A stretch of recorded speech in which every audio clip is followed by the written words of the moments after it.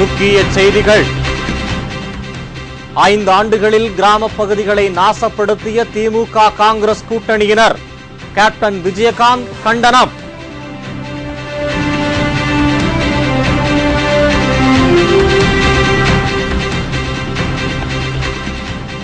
தேர்தல் பிரச்சாரம் நாளை மாலையுடன் முடிவடைகின்றது.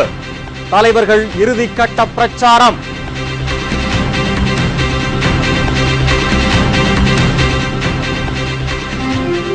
வாக்காளர்களுக்கு பணம் கொடுத்த திமுகவினர் பலர் கைது.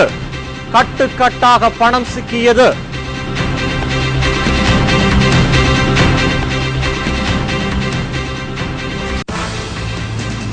தமிழ்நாட்டை மீட்டெடுக்க திமுகவை தோற்கடிக்க வேண்டும். செல்வி ஜெயலலிதா வேண்டுகோள்.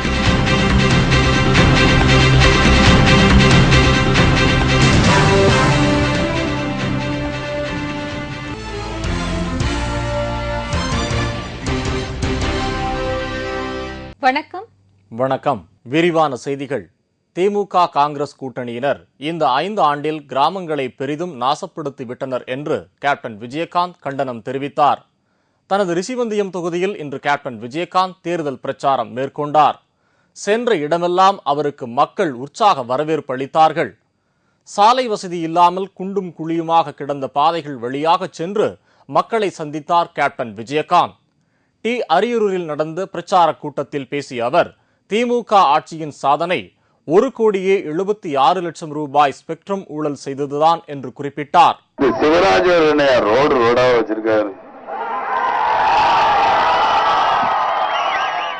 அவரெல்லாம் உங்களை ஏமாத்துறாரா எப்படின்னு எனக்கு புரியல. என்ன இந்த மக்கள் என்ன பாவம் பண்ணாங்க? இப்படி வச்சிருக்காரு? என்ன இத கலைஞரால் கேட்க வேணாமா? 5 வருஷமா இருந்தாரு. 5 வருஷம் நிதி வாங்கின அந்த நிதி என்ன பண்ணாரு? இல்ல காங்கிரஸ் கட்சி கூட பேசலையா? அப்ப என்ன இருக்கு? எந்த ஒரு ரோடுமே இல்லை என்றால் இருக்காக மக்களை. மற்றபடி திமுகவோ காங்கிரஸோ மக்களை பற்றி கவலைப்படவில்லை. மக்கள் அடிப்படை வசதி கூட கிடைக்காமல் அவதிப்படுவதை அவர்கள் பார்ப்பதில்லை என்று கூறினார். இதற்காக நீங்க எல்லாம் அரசியலுக்கு வரீங்க, காந்தி கண்ட கிராமம் அப்படின்னு சொல்றீங்க. காங்கிரஸ்காரங்களே வெக்கமா இல்ல? என்ன ராத்திரி எல்லாம் காசு கொடுத்திருக்கீங்களே.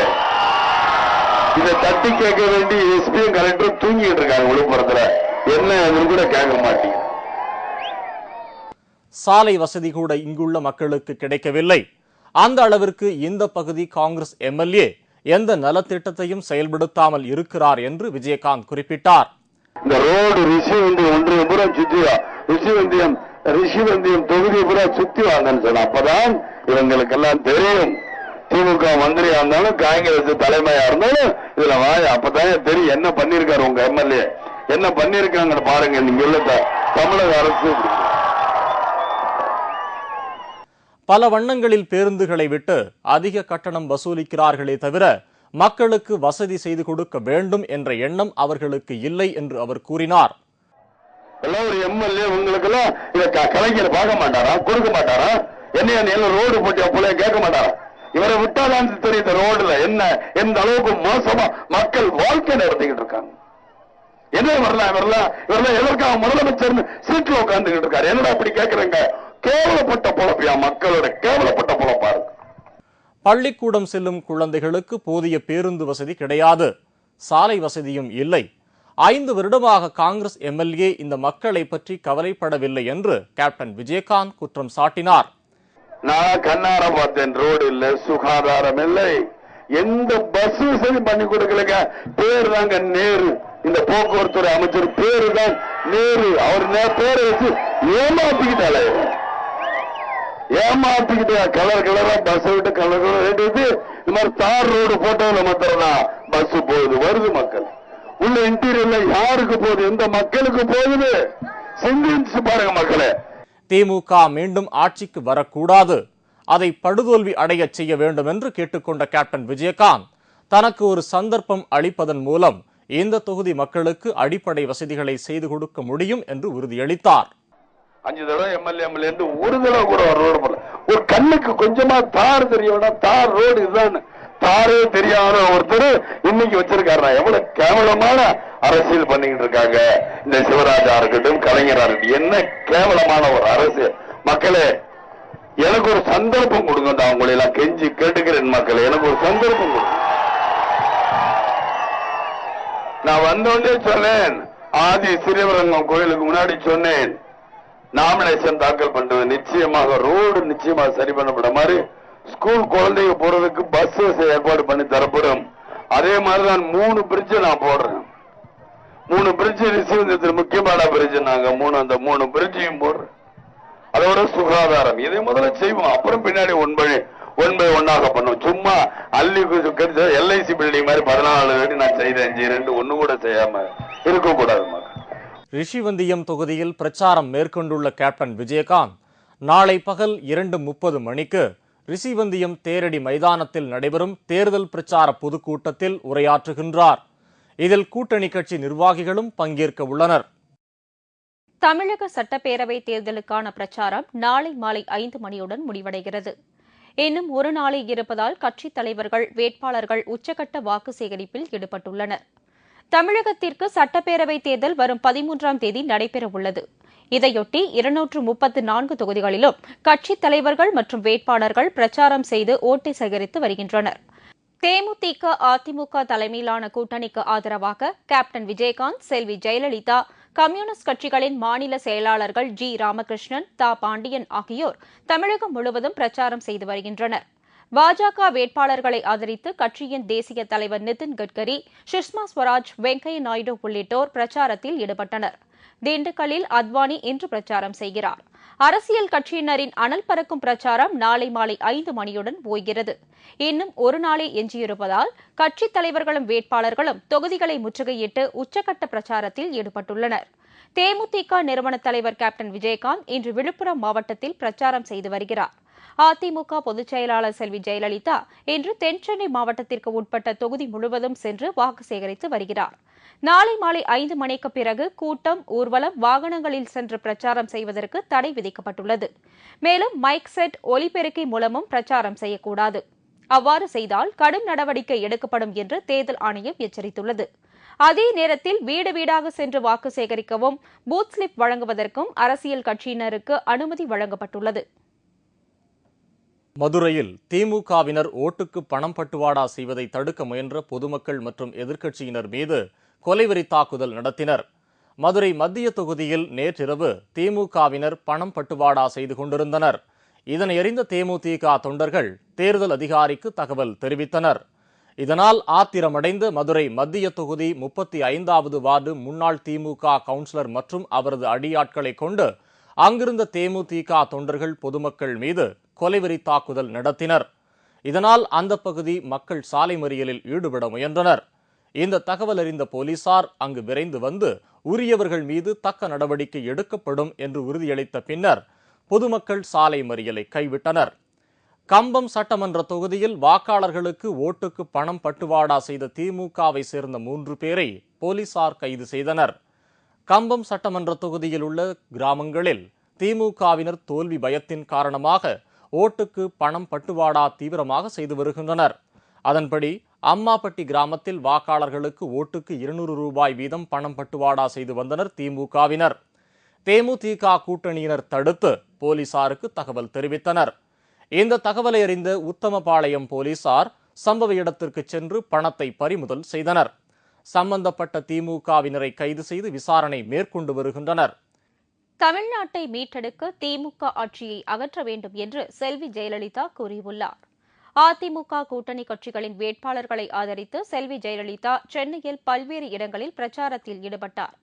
சென்னை மயிலாப்பூர் தொகுதி அதிமுக வேட்பாளர் ஆ. ராஜலட்சுமிக்கு ஆதரவாக வாக்கு சேகரித்து பேசிய அவர், இந்த தேர்தலின் மூலம் தமிழ்நாட்டை மீட்கவில்லை என்றால் எப்போது மீட்க முடியும் என்று கேள்வி எழுப்பினார். மேலும் தமிழ்நாட்டை மீட்டெடுக்க இது ஒரு பொன்னான வாய்ப்பு என்றும், இந்த ஆட்சியில் அடிதடி, ஊழல், விலைவாசி உயர்வு, மின்தடை போன்றவைகளே நிகழ்ந்துள்ளதாகவும் அவர் தெரிவித்தார். இந்த தேர்தல் மூலம் தமிழ்நாட்டை மீட்டெடுக்கவில்லை என்றால் வேறு எப்பொழுது கருணாநிதியின் குடும்பத்தினரிருந்து தமிழ்நாட்டை மீட்கப் போகிறோம் என்ற நல்லவர்களின் மனசாட்சி நம்மை எல்லாம் பார்த்து கேட்கிறது.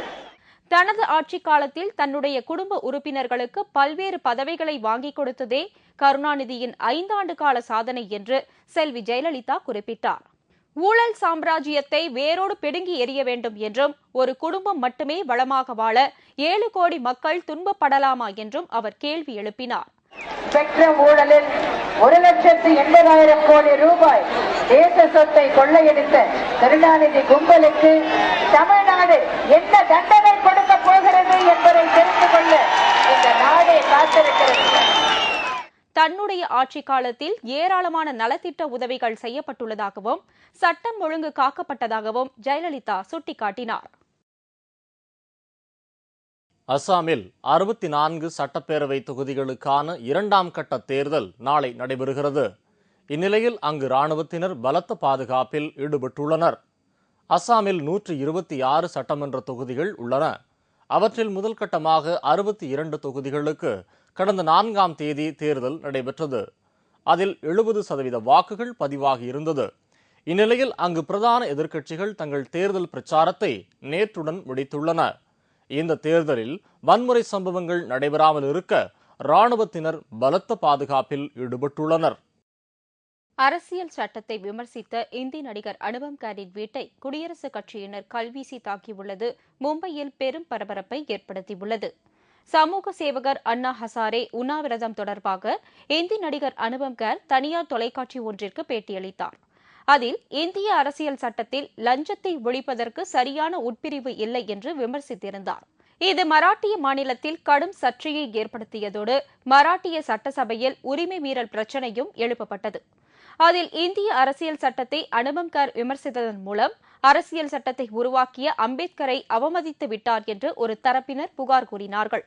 இந்த நிலையில் மும்பையில் உள்ள அனுபம் கேர் வீட்டில் திடீரென்று நுழைந்த 15க்கும் மேற்பட்ட குடியரசுக் கட்சியினர் திடீர் தாக்குதல் நடத்தினார்கள். வீட்டின் மீது சரமாரியாக கல்வீசி தாக்கியதில் ஜன்னல் கண்ணாடிகள் அனைத்தும் உடைந்து நொறுங்கின. தாக்குதலின் போது அனுபம் கேர் வீட்டில் இல்லாததால் அவருக்கு ஆபத்து எதுவும் நேரவில்லை. இதுகுறித்து கருத்து தெரிவித்துள்ள அவர், தான் அரசியல் சட்டத்தை தவறாக விமர்சிக்கவில்லை என்றும், தான் சொல்லாத கருத்துக்களையும் சேர்த்து மராட்டிய சட்டசபையில் உறுப்பினர்கள் கூறி பிரச்சனையை உருவாக்கிவிட்டார்கள் என்றும் குறிப்பிட்டிருந்தார். एंगल ये है कि करोड़ों हिंदुस्तानियों के साथ अगर मैंने जाकर अन्ना हजारे साहब का समर्थन दिया तो उसमें कुछ लोगों को परेशानी हुई. I don't want to politicalize it because मेरा पॉलिटिक्स से कुछ लेना देना नहीं है. But yes it is saddening and it's very upsetting that something like this should happen and I completely condemn it. 2 செயற்கைக்கோள்களை தாங்கிய BSLV-C-16 ஏவுகணை ஏப்ரல் 20ஆம் தேதியன்று விண்ணில் ஏவப்பட உள்ளதாக இஸ்ரோ அறிவித்துள்ளது. கல்வி மற்றும் இயற்கை வள மேம்பாடு ஆகியவற்றின் வளர்ச்சிக்காக 2 செயற்கைக்கோள்களை தாங்கிய BSLV-C-16 ஏவுகணை வரும் 20ஆம் தேதி காலை 10:12 விண்ணில் ஏவப்பட உள்ளது. இந்த ஏவுகணை சென்னையிலிருந்து 120 கிலோமீட்டர் தூரம் உள்ள ஸ்ரீஹரிகோட்டா விண்வெளி ஆராய்ச்சி மையத்திலிருந்து ஏவப்பட உள்ளது. ஏவுகணை விண்ணில் செலுத்தும் முன்னேற்பாடான கவுண்டவுன் வரும் 18ஆம் தேதி துவங்க உள்ளது. அதற்கான இறுதிக்கட்ட பணிகள் முழுவீச்சில் நடைபெற்று வருகின்றன.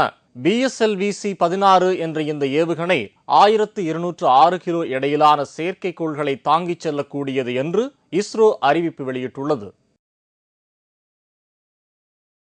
இத்துடன் செய்திகள் நிறைவடைந்தன. மீண்டும் செய்திகள் இரவு 10 மணிக்கு. உங்கள் பிரச்சனைகளுக்கு உடனடி தீர்வு காண 30134600 என்ற கேப்டன் டிவியின் தொலைபேசி எண்ணை தொடர்பு கொள்ளுங்கள். வணக்கம். வணக்கம்.